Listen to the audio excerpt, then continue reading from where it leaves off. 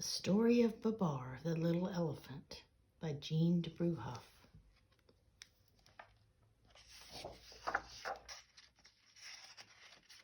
So this was originally French, translated from French. This was one of my favorites when I was a little girl. In the great forest, a little elephant is born. His name is Babar. His mother loves him very much. She rocks him to sleep with her trunk while singing softly to him. Babar has grown bigger. He now plays with the other little elephants. He is a very good little elephant. See him digging in the sand with his shell? Can you find Babar? Which one is digging? Babar is riding happily on his mother's back when a wicked hunter hidden behind some bushes shoots at them. The hunter has killed Babar's mother. The monkey hides, the birds fly away, and Babar cries. The hunter runs to catch up to poor Babar. Babar runs away because he's afraid of the hunter. After several days, very tired indeed, he comes to a town. He hardly knows what to make of it, because this is the first time he has seen so many houses. So many things are new to him. The broad streets, the automobiles and buses. However, he's especially interested in the two gentlemen he notices on the street. He says to himself, really, they are very well dressed. I would like to have some fine clothes too. I wonder how I can get them. Luckily, a very rich old lady who has always been fond of little elephants understands right away that he is longing for a fine suit. As she likes to make people happy, she gives him her purse. Babar says to her politely, "Thank you, madam." Little privilege, huh? Without wasting any time, Babar goes into the big store. He enters the elevator. It is such fun to ride up and down in this funny box that he rides all the way up 10 times and all the way down 10 times. He did not want to stop, but the elevator boy finally said to him, "This is not a toy, Mr. Elephant. You must get out and do your shopping. Look, here's the floor walker." Babar then buys himself a shirt with a collar and tie, a suit of a becoming shade of green, and then a handsome derby hat, and also some shoes with spats. Well satisfied with his purchases and feeling very elegant indeed, Babar now goes to the photographer to have his picture taken. And here is his photograph. Babar dines with his friend, the old lady. She thinks he looks very smart in his new clothes. After dinner, because he's tired, he goes to bed and falls asleep very quickly. Babar now lives at the old lady's house. In the morning, he does setting up exercises with her, and then he takes his bath. He goes out for an automobile ride every day. The old lady has given him the car. She gives him whatever he wants. Sometimes that's not good, huh? A learned professor gives him lessons. Babar pays attention and does well in his work. He's a good pupil and makes rapid progress.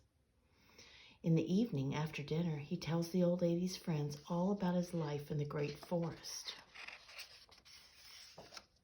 However, Babar is not quite happy, for he misses playing in the great forest with his little cousins and his friends, the monkeys.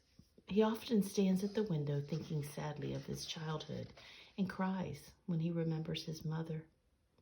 2 years have passed. One day during his walk, he sees 2 little elephants coming towards him.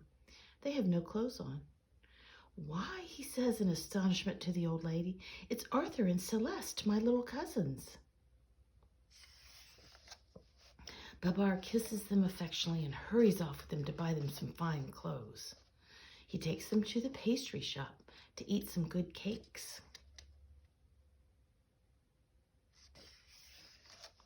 Meanwhile, in the forest, the elephants are calling, hunting high and low for Arthur and Celeste, and their mothers are worried.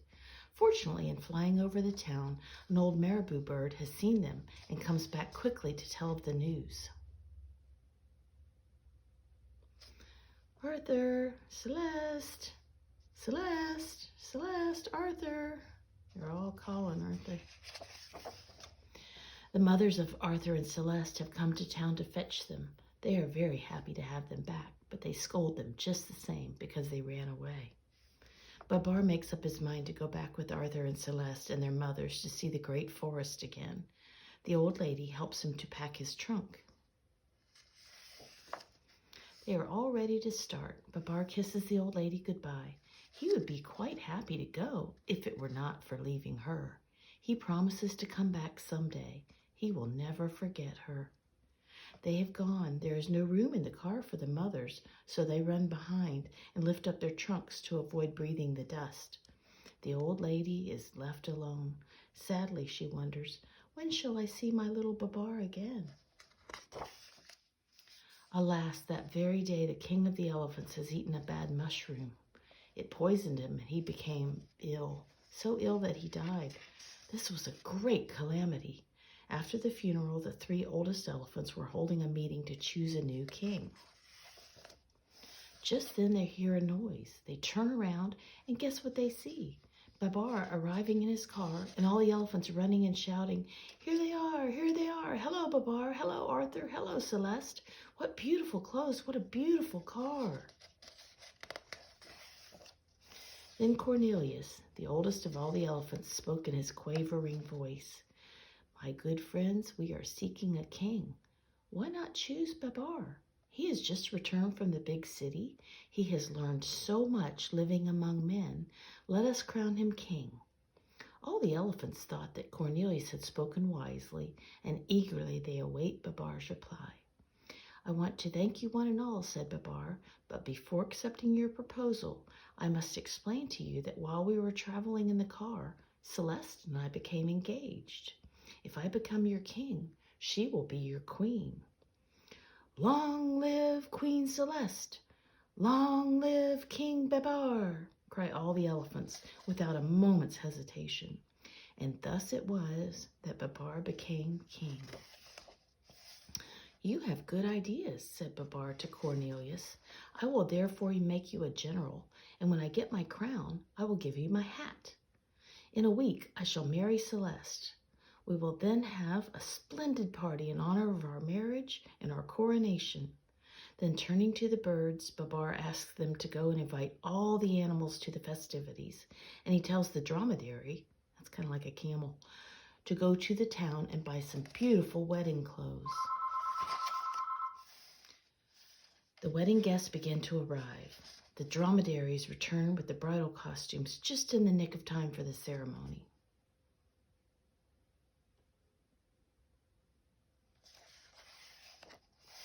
After the wedding and the coronation, everybody dances merrily.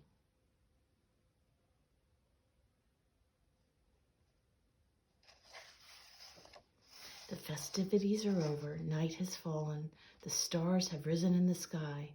King Babar and Queen Celeste are indeed very happy. Now the world is asleep. The guests have gone home, happy though tired from too much dancing. They will long remember this great celebration. And now King Babar and Queen Celeste, both eager for further adventures, set out on their honeymoon in a gorgeous yellow balloon. Au revoir. The story of Babar.